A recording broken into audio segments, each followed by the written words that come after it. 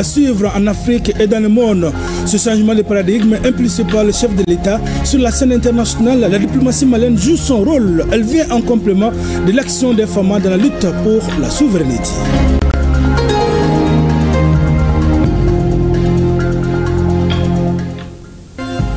Football, dans le cadre des éliminatoires de la Coupe du Monde 2026, le Mali affronte ce soir les Comores. Cette rencontre s'inscrit dans la 7e journée dans le groupe I. Le match se déroulera à Berkane au Maroc aujourd'hui à partir de 19h temps universel. Mesdames, Messieurs, bonjour, bienvenue aux informations. Sur la scène internationale, le Mali est un exemple. C'est là grâce à sa diplomatie. Le changement de paradigme impulsé par le chef de l'État est ressenti un peu partout au Mali comme au Sahel, comme un cri de ralliement des peuples opprimés. Les acquis de la diplomatie ne se comptabilisent pas en chiffres, mais en influence. Zoom sur l'arme fatale qui complète les femmes dans la lutte pour la souveraineté. C'est avec Alucine Touré.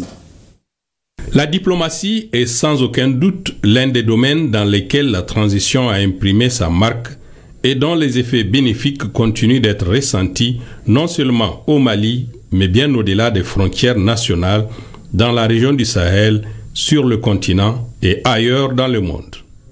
En effet, les acquis de la transition sur le plan diplomatique s'inscrivent dans une dimension holistique à travers un changement de paradigme qui aura rarement suscité une adhésion si profonde de la part des populations maliennes, sahéliennes et africaines. La conceptualisation par le chef de l'État, puis la constitutionnalisation des principes clés qui guident l'action publique au Mali ont ouvert une ère nouvelle de la diplomatie malienne. Ces principes aisément transposés dans le cadre de la politique extérieure du Mali ont marqué un tournant majeur dans les relations extérieures du Mali. Leur impact s'est traduit par une résilience sans égale des populations maliennes, notamment face aux sanctions imposées par la CEDEAO et l'UEMOA, suscitant un regain de solidarité des populations africaines, notamment des diasporas africaines à travers le monde. Le changement de paradigme impulsé par son Excellence le général d'armée Assimi Goïta, président de la transition chef de l'État, a également posé les fondations pour la création de l'Alliance des États du Sahel, puis de la Confédération AES. Le Mali, renforcé dans la justesse de la lutte menée pour une indépendance réelle, a su imposer le respect de sa souveraineté, de ses choix stratégiques et de ses intérêts vitaux en toutes circonstances. L'outil diplomatique dispose désormais d'un cap clairement tracé, axé entre autres sur la diversification des partenariats bilatéraux comme multilatéraux et la mise en œuvre de la vision des plus hautes autorités. De l'actualité, les forces vives de s'approprier le programme national d'éducation aux valeurs. C'était à la faveur d'un atelier initié par le ministère de la Refondation de l'État. L'objectif est de mettre les Maliens au même niveau d'information sur l'existence de ce guide servant de boussole pour aboutir au Mali d'Inkoura. Descend le point avec Drissa Koné. Le programme national d'éducation aux valeurs est un document qui planifie les différentes actions relatives à nos valeurs sociétales. Il s'agit en clair de tirer la sève nourricière du passé pour refondre notre État, d'où la vulgarisation du document élaboré dans ce sens par le ministère en charge de la refondation. L'élaboration du document fait suite aux recommandations des Assises nationales de la refondation, sur lesquelles le président s'est engagé à les mettre en œuvre telles que le peuple a demandé. Et c'est suite à cela que le programme a été élaboré et au moment où on l'a remis. Et partant du processus d'élaboration du programme, il a instruit d'informer l'ensemble des peuples maliens sur l'existence du document et son contenu. Les forces vives de sang ont bien compris et bien apprécié le document présenté en langue de travail, c'est-à-dire en français et en bamana. Surtout nous les femmes, puisque l'éducation c'est en 3 phases, je peux dire en 4 phases. En famille, dans la rue, à l'école et enfin l'État. On a perdu pas mal de choses de nos valeurs aujourd'hui, de nos valeurs sociétales, nos valeurs humaines, nos valeurs d'hommes. Rien n'est respecté aujourd'hui.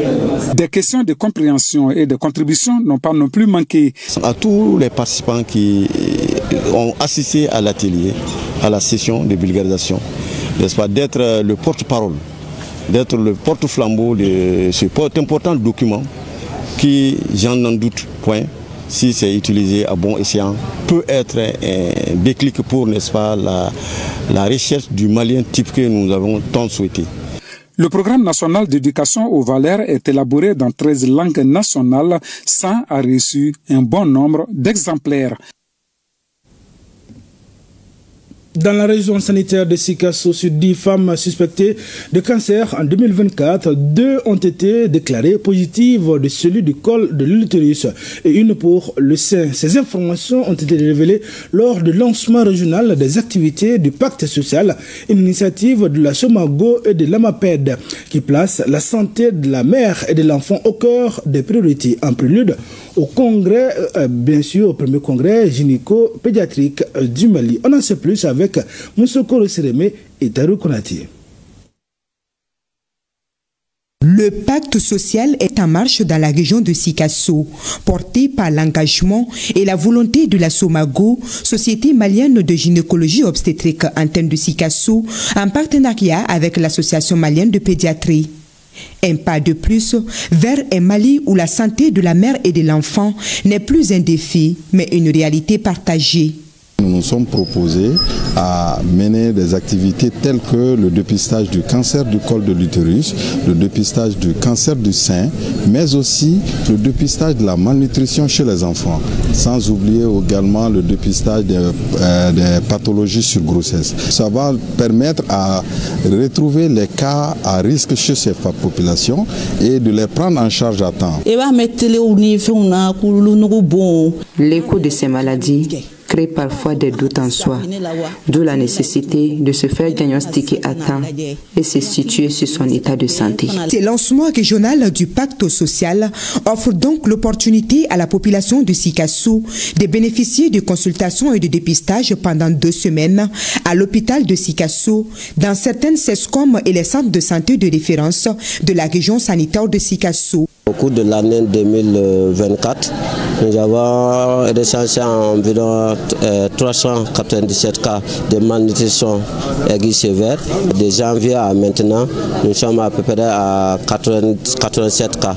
Le principal défi que nous voulons relever, c'est d'abord de faire savoir que les pathologies dont nous avons l'honneur de dépister, ce sont des faits réels. Nous venons de finir avec les activités promotionnelles envers la planification familiale, les dépistages du cancer du col. Et pendant cette campagne, l'Office national de la santé et de la reproduction nous a accompagnés dans 5 districts phares et nous avons vraiment bénéficié des intrants dans ce sens. À noter que courant 2024, la région sanitaire de Sikasso a dépisté 755 femmes et plus de 2300 palpations du sein réalisées, dont 10 cas suspects. Examen qui aura abouti à la détection de 2 cas confirmés du cancer du col de l'utérus et 1 cas pour le cancer du sein. À Douanza s'est tenue la 2e session ordinaire du comité régional d'orientation, de coordination et de suivi des actions de développement CROCSAD. Les administrateurs, les représentants des collectivités et des services techniques de l'État sont venus témoigner de leur volonté de participer pleinement au développement local. Les détails avec Daouda Kone. Cette 2e session ordinaire du comité régional d'orientation, de coordination et de suivi des actions de développement CROCSAD, réunissant l'administration, les représentants des collectivités et des services techniques régionaux, devra contribuer au développement de la région de Douanza. De la présente session, vous aurez à échanger sur le bilan de la mise en œuvre des recommandations du CROCSAD précédent, la présentation du bilan du projet PAFEM, UNICEF, APIDEF, les missions et réalisations des Médecins sans frontières Espagne, les plans opérationnels 2025 du Conseil régional des Mopti dans la région de Douanza, la situation des paiements des cotisations des collectivités territoriales pour l'appui au fonctionnement de l'ADR pour les années de 2017 à 2025, une communication sur la drogue et les produits stupéfiants. Cette session est perçue comme une opportunité d'échange sur le renforcement de la résistance face aux difficultés du moment, l'exploitation judicieuse des ressources et des potentialités de la région de Douanza pour le bien-être des populations. Il vous revient d'être très attentif lors des différentes présentations afin de mieux comprendre, apprécier, cerner et dégager les stratégies et solutions nécessaires pour leur bonne mise en œuvre pour le bien-être de nos populations. Cette session du CROCSAD de la région de Douanza, qui dure 2 jours, constitue un pan important de la mise en œuvre de la politique de développement local. Elle témoigne de la volonté des acteurs régionaux de mener une franche collaboration visant l'amélioration des conditions de vie des habitants de la région de Douanza. Environ 50 enseignants de l'enseignement secondaire, général, technique et professionnel sont sur la table de l'apprentissage. C'est là pour renforcer leurs compétences sur l'approche par compétences. L'initiative de mes journées d'animation pédagogique est portée par l'inspection pédagogique régionale de l'enseignement secondaire de Koulikoro. Commentaire signé Aminata Brema Ouedrago. À la veille de la rentrée scolaire 2025-2026, les enseignants de Baguineda s'outillent sur l'APC, approche par compétence. Une technique de l'enseignement qui consiste à mettre l'apprenant au cœur de l'apprentissage. Le premier module, c'est sur les définitions des concepts de l'APC. Et le deuxième jour est axé sur la présentation de la fiche de séquence. Le troisième jour, c'est les travaux en plénière. Et le quatrième jour, je crois que c'est l'évaluation en APC. Environ 50 enseignants issus de 14 écoles dans le secteur de Baguineda y prennent part. Durant 5 jours, ils ne visent qu'un seul objectif, acquérir des compétences pour améliorer la réussite des apprenants. L'éducation est au début et à la fin. Quel que soit ton niveau, tu as quand même passé dans la main d'un enseignant. Nous sommes là ce matin, en tout cas, à donner plus de valeur à notre métier, à l'animation pédagogique et les renforcements des capacités. Ces premières journées d'animation pédagogique sont au compte de l'inspection pédagogique régionale de l'enseignement secondaire de Koulikoro, une initiative saluée par les autorités locales. J'ai demandé, n'est-ce pas, à nos chers enseignants d'être assidus et de pouvoir faire la transformation sociale. Ce qu'ils ont appris au retour, c'est que cela puisse avoir un impact dans notre société pour avoir, n'est-ce pas, des futurs élus, n'est-ce pas, qui prennent en cœur le souci du Mali. À travers cette initiative, les acteurs éducatifs de Koulikoro entendent rendre l'éducation plus adaptée et efficace pour les élèves. Justement, le gouverneur de la région de Koulikoro, le colonel Lamine Kapori Sanogo, s'est rendu à Kalabankoro. C'était pour constater de visu les travaux de curage de caniveau réalisés par le conseil communal de la jeunesse de Kalabankoro. Le visiteur du jour a apprécié l'initiative citoyenne à sa juste valeur. On fait le point avec Oumar Enza Traoré. En se rendant à Kalabankoro, le chef de l'exécutif régional de Koulikoro a tenu à encourager une initiative citoyenne. Le colonel Lamine Kapori Sanogo s'est imprégné des travaux de curage de caniveaux réalisés sur le long de l'axe principal de Kalabankoro. Nous sommes en train de curer à belle lurette ces caniveaux. C'est pour que l'eau puisse couler sérieusement. Parce que l'inondation de l'an dernier nous a beaucoup secoué dans notre commune ici. Donc nous sommes très contents quand même aujourd'hui de recevoir le gouverneur dans notre commune. Ces travaux qui sont à l'actif du conseil communal de la jeunesse de Kalabankoro s'inscrivent dans le cadre de la citoyenneté. Une initiative qui interpelle d'autres jeunes afin de prévenir d'éventuels cas d'inondation. C'est notre 8e samedi. Chaque samedi, nous mobilisons la jeunesse, la chefferie, la mairie et le sous-préfet lui-même en question. Nous procédons au curage du caniveau. Nous avons commencé l'activité le 12 juillet de la rentrée de Kalabankoro à la devanture de la gendarmerie. Il nous a été instruit de prendre des mesures anticipatoires d'atténuation des effets des inondations. Et pour ce faire, nous avons procédé aux sensibilisations des populations se trouvant le long des collecteurs et aussi le long des cours d'eau. Au-delà de cela, je crois que la mairie de la commune de Kalabankoro, sur effectivement conseil du sous-préfet de l'arrondissement de Kalabankoro et la jeunesse a bien voulu curer les caniveaux. Donc c'est un geste hautement patriotique de la part de la jeunesse qui le fait sans aucun frais. Donc la jeunesse est là, ça fait pratiquement 2 mois que la jeunesse vient délibérément curer les caniveaux. J'invite l'ensemble de la population de Koulikoro, l'ensemble de la jeunesse de Koulikoro à faire autant. Au dire du président du conseil communal de la jeunesse de Kalabankoro, d'autres activités de ce genre verront bientôt le jour. D'une visite à une autre, le gouverneur de la région de Tombouctou a rendu visite pour féliciter et encourager la délégation de la cité des 333 saints en reconnaissance de leur brillant parcours à la Supercoupe générale d'armée Assimi Goïta. Le commissaire divisionnaire Bankoun Kanté a salué l'engagement, le courage et l'esprit d'équipe des joueurs de Tombouctou. Famrou Djourté et Alkaou Traoré pour le compte-rendu. Visite du gouverneur Bankoun Kanté à la délégation de Tombouctou à la veille de la demi-finale de la Supercoupe générale d'armée Assimi Goïta entre Tombouctou et Koulikoro. Le chef de l'exécutif régional a félicité les joueurs pour leur brillante qualification dans le dernier carré du tournoi avant de les encourager à écrire davantage l'histoire de Tombouctou dans le football national. En pareille circonstance, c'est vraiment un honneur et c'est la joie qui se lit sur nos visages. Pour la simple raison que quand un chef de son rang effectue le déplacement, venir vous voir de visu, vous serrez la main, j'avoue qu'il n'y a pas, c'est plus que des millions. Ils ont le soutien de l'ensemble de la région de Tombouctou, je dis bien de Léré à Gossi. Et toute la région de Tombouctou les soutient.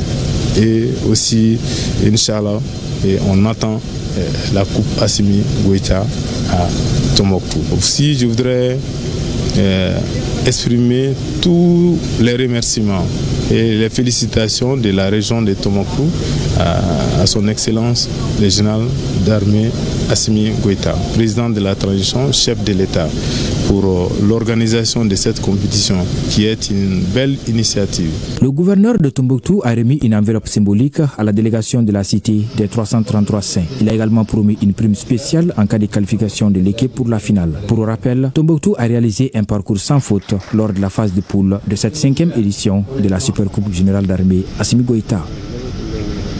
Justement, la finale de la Supercoupe générale d'armée Assimi Goïta opposera dimanche Mopti et Koulikoro. Eh bien, ce sera au stade Mamadou Konaté.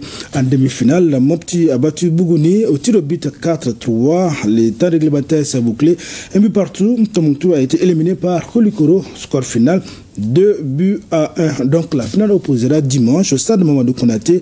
Eh bien, l'équipe de Mopti, vainqueur de l'édition 2022, et Koulikoro, détenteur de la coupe de la Supercoupe générale d'armée Assimi Goïta. Football toujours délocalisé au Maroc, plus précisément à Berkane. Le Mali reçoit en début de soirée les Comores sur le compte de la 7e journée des éliminatoires du Mondial 2026. Pour le moment, 4e du groupe I, les Aigles du Mali ont l'obligation de victoire face à un adversaire comorien qu'ils avaient déjà battu à l'aller par le score de 3-0.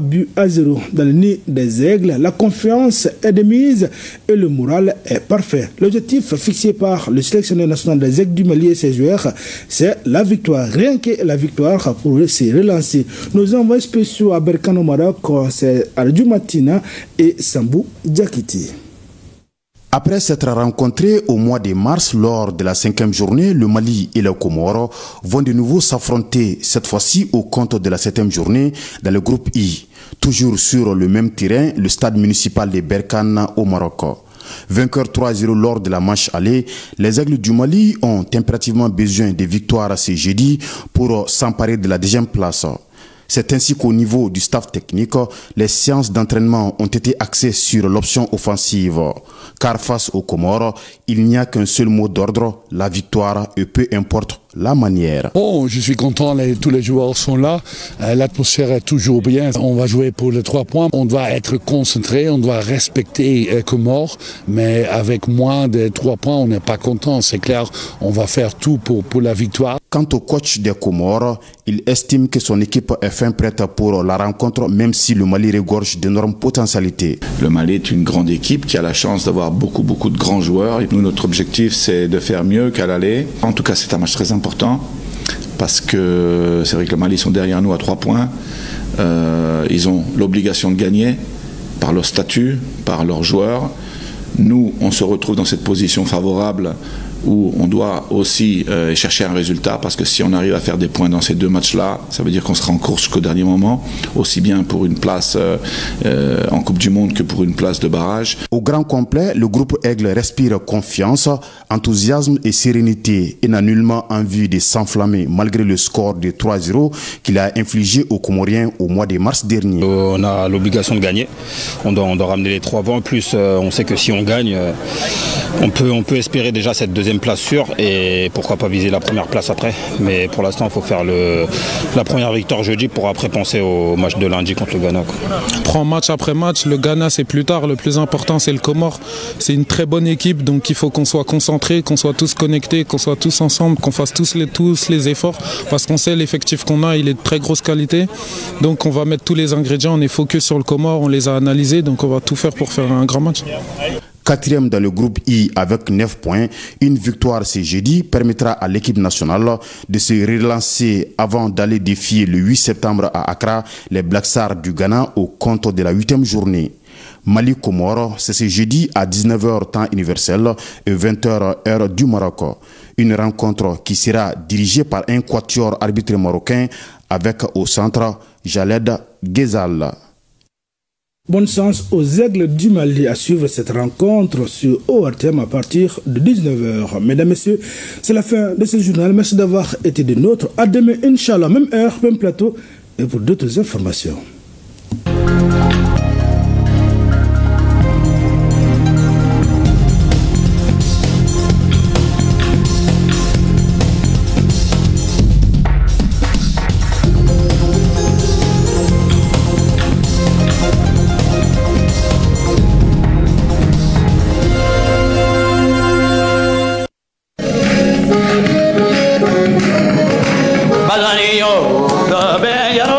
Badani, ole pe walona. Badani,